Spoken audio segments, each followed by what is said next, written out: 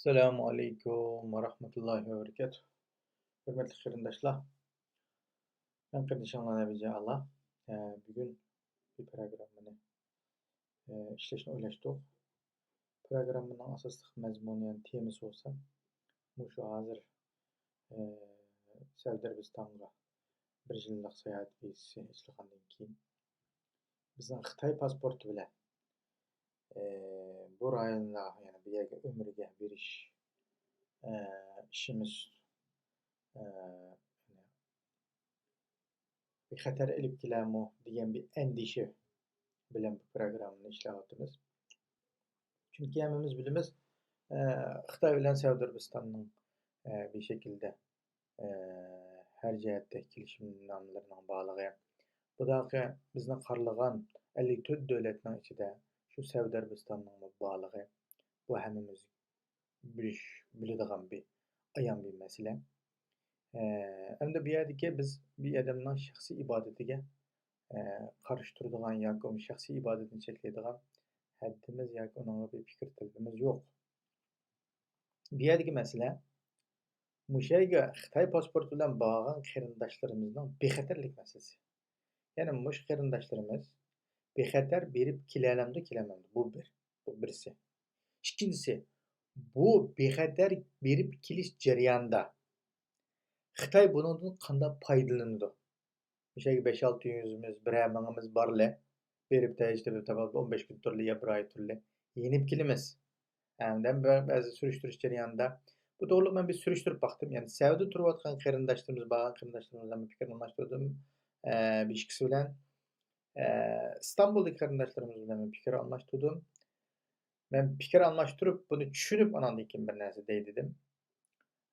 Onun için bu yerge bağın din keyinki hazır mesela ben sürüştürdüğümde bu qanday olab ketdi bu hozirgi ahvolsa hozir viza $120 qo'ydi keyin bir yillikini. Xo'sh, berib kelish aeroplan haqqi $200, $320. Xo'sh, u yerda tamoq kengirchilik ba'zi vaqt bekorchilik, ba'zi vaqtida bir şekilde ezan pulga tamoq qilib yegili bo'ladi. Misal shuni bilan tamam yatak masalasi bor. Yatak masalasi boyta qo'saq qo'yarimdan ichida uxlab qopab tövbede. Anandan keyin bir rabatlı olsa Medine olsa rabatlarımız var. Medine rabat var. Xuda rabat var. Anandan keyin nimenin içindeki Mekke'nin içindeki bazı rabatlar buluşu mümkün. Ama men tanışkan qarindaşlarım uyqa yo'ruq tuqqanlari, yoki tunish bilishleri, shularni uyib turayotganlari. Budan ijaraga berilgan uyli var. İkinci kol şekilde. Ijaraga berilgan uyli var. Uninki tanarak qanday bo'ladi bilmaymiz. Ama bir yerga borgandan keyin yani pul xarjlamayman zaten mutqila qilib kelaman degan olmaydi. Borgandan keyin $320'dan başqa yani bir 200 ya $300'ni da paraz qilib qo'yamiz chiqimimizga. Chunki yo'l kirava Madinaga 30 taraf boramiz. Demak bu jarayonda taxminan $500-600 chiqim qilib qo'ydik. Bu pul masalasi var. Bu pul meselesine kadar qilamiz. Endi bu ko'pincha qarindoshlarımızdan qo'l ilikida bor, o'zining turmushi ratlik, hamda u yerdagi İstanbuldagi hamma qarindoshimiz Qizlaydan yoki bo'lmasa Dernaklidan un sumay talab qilib turmaydi. U Tulg'utun, Yetimbola va boshqa qiyinchilik, alohida qiyinchilik bor qarindoshlarimiz zaten bu yerdan boshqa yerga bidirolmaydi. O qarindoshlarımızın to'lisida pulda pasport ve hech qanday birimiz yo'q qarindoshlarimiz erish imkoniyati ham yo'q. Ama mushunday şekilde mi badi deyli o'zining puliga berib keldi $500-600 $1,000 uni o'zi topdi, nima qildi deyli. Mening yoki bizning ansirayotgan bir yerimiz mushu uslubda mesela Xitoy pasport bilan Saudiya Arabistonga bordingiz, tamojini o'tgandan keyin Xitoy pasport falonchi degan deb keldi deb shu angilindi. Xitoy pasport nomida angilindi. Sizni Uyg'ur, Sharq Turkistonlik, Turkistoniy Sharqiya deb ilinmaydi. Xitoy pasportida keldingiz, Xitoyning fuqarosi shaklida angilindi. Xitoy fuqarosidan manchilik odam bizning ibodat keldi. Manda bo'ldi bilan bu Xitoy cheklamadik, to'smadik, biz dinimizni kengaytirib berdik. Mana musulmonlar degan kengre vatandagi masjidni taqab beshik masjidni ichib adamni yig'ib yog'alarni ko'z bo'ygan bilan miyadikiga üzümüz berib uyan qo'yib berib qolsak bizning mau Birleşken Milletler Teşkilatı'da olsun, dünyada olsun davatkan gibimiz üzümüz şapalaqlagandek bir iş ulap qalmasa qarindoshlar.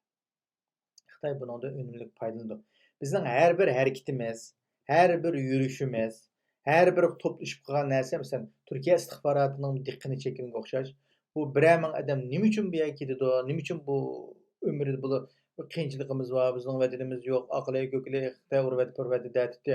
Bu biz xotirjamamiz, biz nayt qiyinchilikda. Buni nima uchun bundan meng'atadi deb Turkiya istixborotining va yoki boshqa o'rinlarning diqqat e'tiborini chekadi. Biror ming odam u yoqdan bu yoqqa gach-guchida yo'tkalgandan keyin bu xalqning diqqatini chechadi. Xuddi bizning hozir bu masala Macar qarindoshlarimizning bir qismimizning diqqatini chechib to'xtabdi.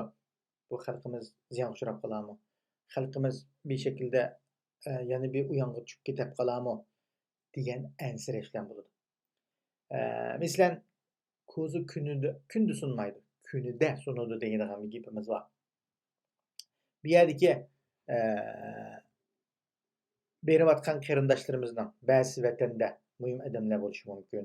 Yoki bo'lmasa o'zi muhim deb bilmagan Xitoyda bir nimiz tushgan Saudiya Arabiston bilan bir almashtira oladigan nimasi bor istixborotining. Ayni odamlarimiz bo'lib qolib qolsa, buni pokkida bir hisobdan oshkor va yushirin shaklda aytgisi kim o'tirib chiqib akilalaydi shu odam? Kim o'tirib chiqib surishti qila oladi? Lekin ayni Saudiya Arabistonda bir qarindishimiz ayni kalla ishlab o'zini qusqini pertova bilan tili bilib vala qulog'ida qilib endi uning iqomati bo'lmagan bo'lsin yoki nima bo'lsin shuning bir nimasiga qonunga xilof qilib tutilib qolgandan keyin yani tekshirsa nani adama degan keyin shu davlatga qaytarishimiz deydigan nima hamma davlatning shunday prinsip bor.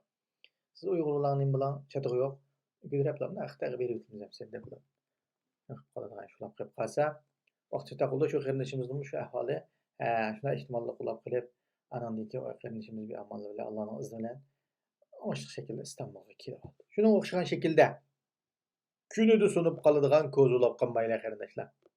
Bizning ansiraydiganimiz bu. Uyaga berib ibodat qilib bilish, Allohga yelinish, Allohga qulchilik qilish hammamizning bosh tortib bo'lmaydigan majburiyatimiz. Ammo ibodatdami bir shart bor. Shunda yo'lchilik ibodatda yo'l bexatar bo'lish deydigan bir shart bor. Bu bexatar bo'lish ma yo'lning aşağıdaki bexatarlik masalasini ko'rib turibmiz. Saudiya Arabistondagi sizning uyaga berib ishlash imkoniyatingiz yo'q. Siz sayohat vizasi bilan berib ishlasangiz tutib olsa yasaydi. Bu bir. İkincisi u yerda boshqa bir ilm setim ish yo'q. U qachoq ya'ni yasak tutadi. U yerga berib faqat pulimiz bo'lsa, xotirjam bo'lsak, turk pasporti bo'lsak yoki turk vatandosh bo'lsak, vaqtida chiroyli shu $120 qo'yib, chiroyli berib ibodatimizni 15 kun hozir ara fasl deymiz. Toza nima yo'q. Saudiya Arabistonda bu $120 vizani qo'ydirishdan maqsad neft sanoatida og'ir chekinish bo'ldi, tijoratda oqsidi.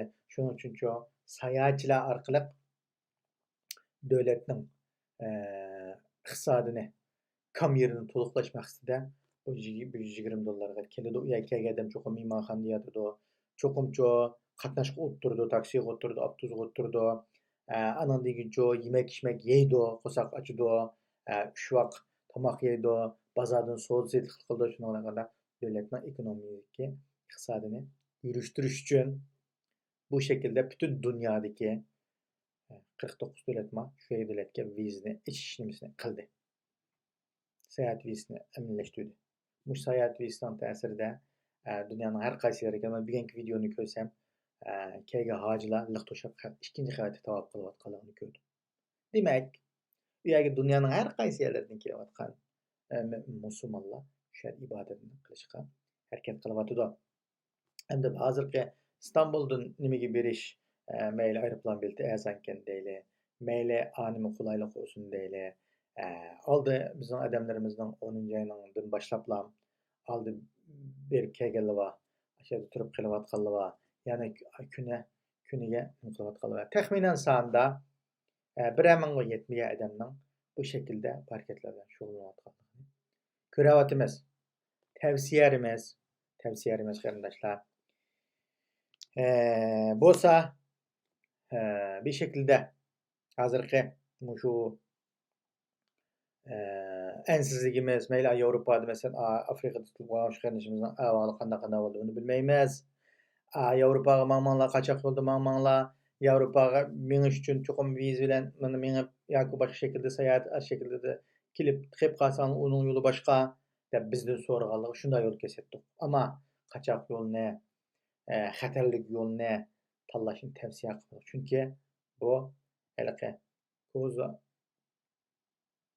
kundu sunmaydi, kunida sunadi deb mana tutulmay bir amanğa adamning Avropaga kelibagini biz uchun xo'shallik ish bo'lsinmi?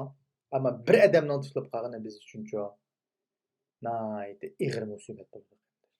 Hammamizning ko'ngli yerim bo'ldi. Ko'nglimiz yerim bo'lgani bir ish qilib bermaganligimizni yerim bo'ldi. Shularni yo qutuldiranmaymiz, yoki bo'lmasa ko'tarib chiqolmaymiz, yo pulni to'lablamchu, unda qila oladigan kuchimiz yo'q. Uning uchun qalbimiz texmachu azoblanadi.